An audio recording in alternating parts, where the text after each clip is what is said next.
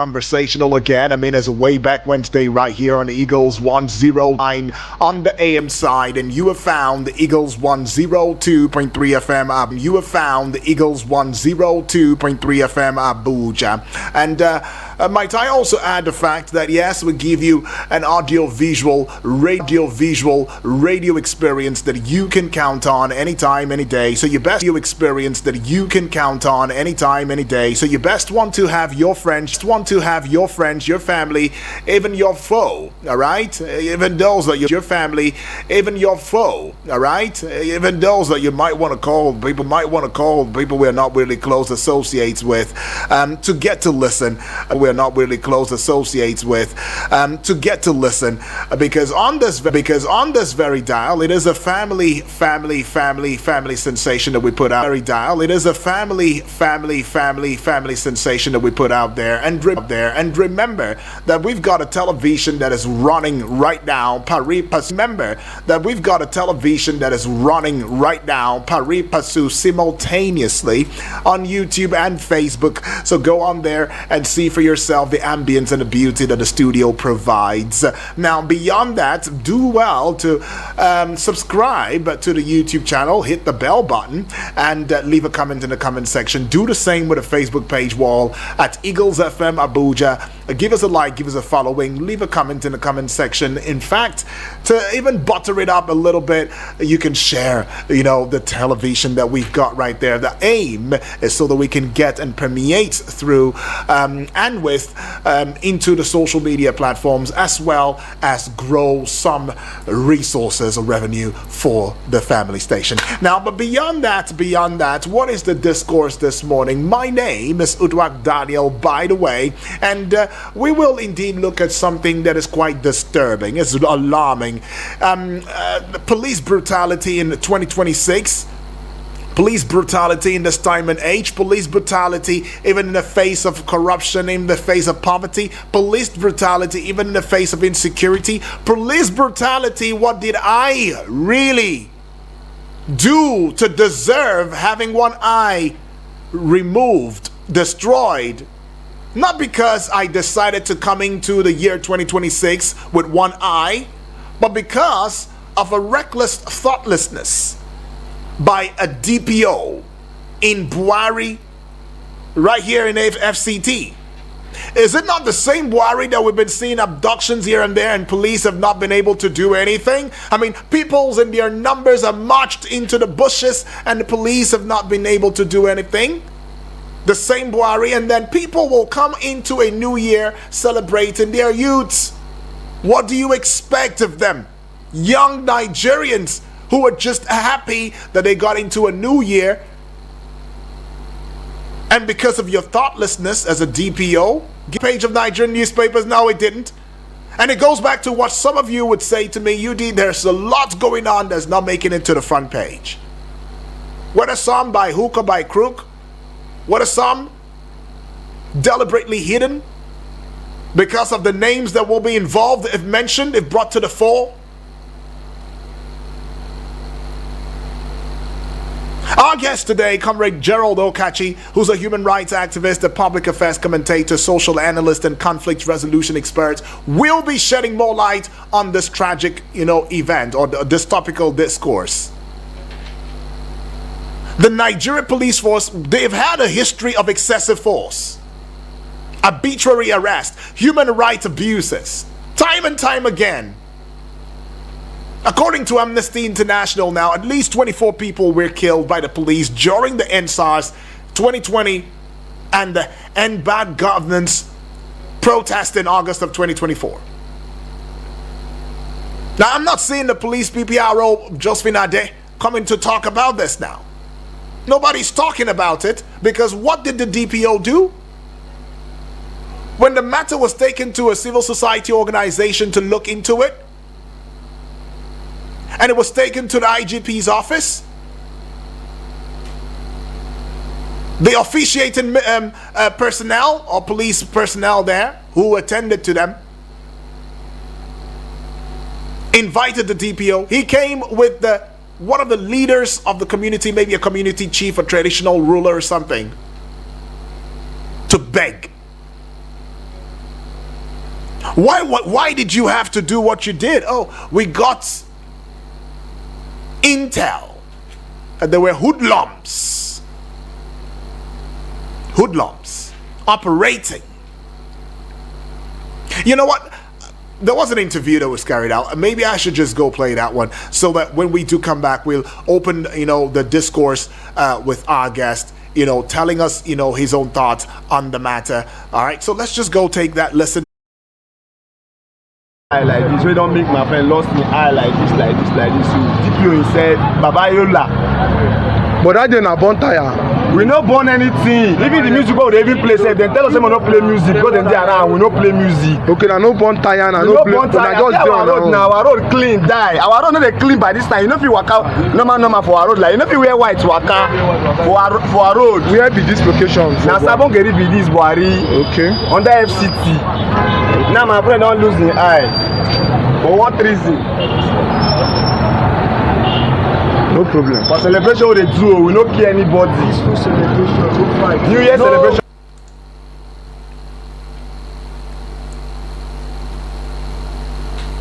Well, yeah, you already heard that. I think this is the canisters. I think this is the, what is it called? The tear gas canisters that was shot at you.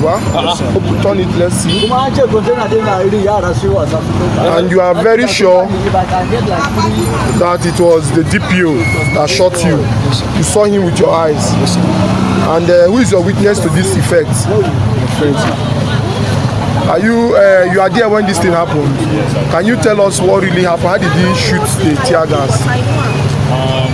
In our premises on that fateful day, that was 1st of January 2026. That is the if. So we're just sitting. Before you know, they parked an armored car. Then the DPO came down from the armored car and aimed at us that were sitting. Unfortunately, it hits my friend here. And this is the condition that they have put him into. He lost one of his. Police at Begarandabat here in FCT. Comrade L.S. Obu. He was covering a shirt protest. He was shot at close range. Up to date, we have not gotten any justice. A judgment was delivered by Court of Competent Jurisdiction in 2023. 3 years down the line, no justice served. We can count and count and count. And today we are looking at issues of police brutality. Right. Of all efforts we have made, with regards to sensitization, drawing police attention to using human face and civil approach in certain investigated, disciplined or prosecuted, abuse becomes a routine.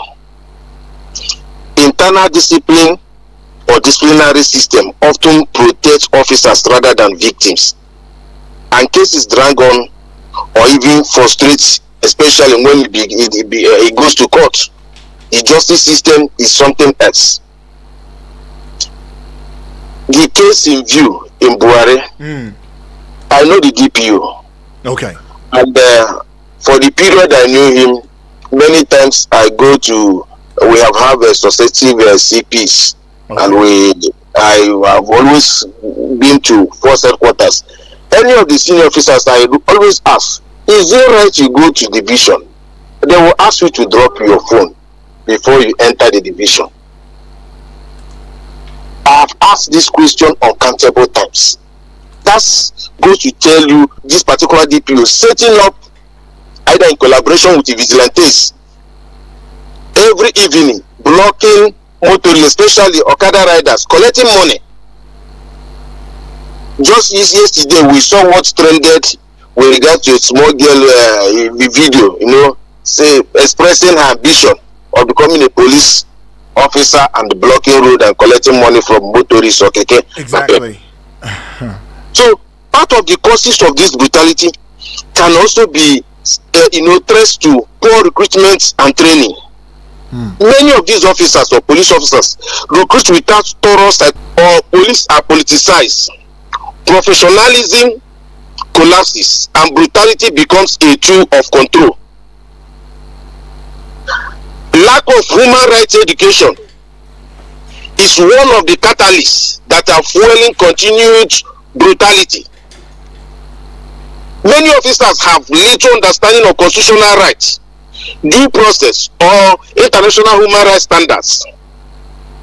In Nigeria today, as of 2017, late former President Muhammad Buhari signed Anti-Torture Act, making it a criminal offense for you to apply any type of torture on any citizen. Court commissions and human rights institutions are either underfunded, compromised, or ignored. So, hopeless rarely led to justice. Take for example what happened on the New Year Day. If not for seeing it that the current CP Dantawi Emil Odirabat, as an activist, I'm looking at it, maybe it's compromising. Because the standard norm in such situation is to remove the DPO from that division or suspend him until when they finish the investigation on the matter. So the DPO, you can't keep him there 21 days after there was extrajudicial killings, brutality, torture, mental on people. They said they arrested over 130 people that day. And they had to bail themselves out. Who will salvage this situation if even the force in itself is compromised in giving adequate justice on matters that concern human rights violations? To be honest, among the rank and file police officers, we have exceptional officers. I tell you, because I have in my course of interventions and activism, I have met a whole lot of them that are very, very exceptional. Their integrity cannot be compromised. But these bad guys continue to give bad image to this one of the most respected institutions in Nigeria. If a command like SCT command are supposed to be proactive, showing leadership, showing at least building public trust and confidence in fighting for justice for the citizens whose rights have been, trampled upon.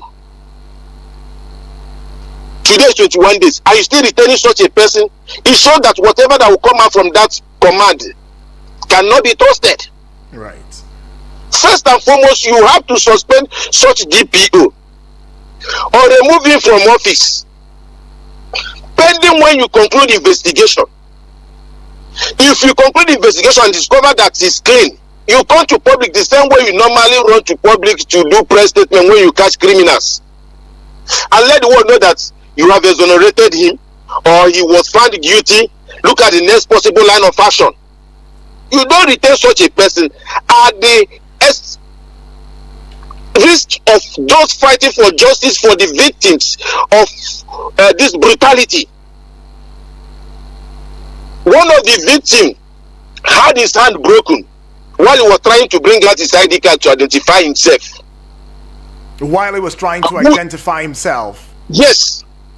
He said he was dragged by the DPO to a vehicle and he asked the junior officer to use baton to break his legs and hands. As a criminal or what? Yes.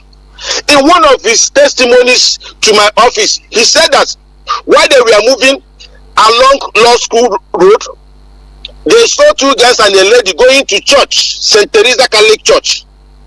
He directed that they should tell the girl to run, they should arrest the two guys. Wow. One of the officers in the vehicle goes to the level that you cannot really tell. This is what you get. So I think better ways to handle, to gain public trust and justice is immediate administrative action. Relieve the DPO of command pending investigation. Redeploy to a non-operational or non-supervisory role outside the division this protects evidence and witnesses. Or you set up independent investigation team, hand over the case to either for CID, Police Service Commission, or the attitude they are putting towards this thing is something that is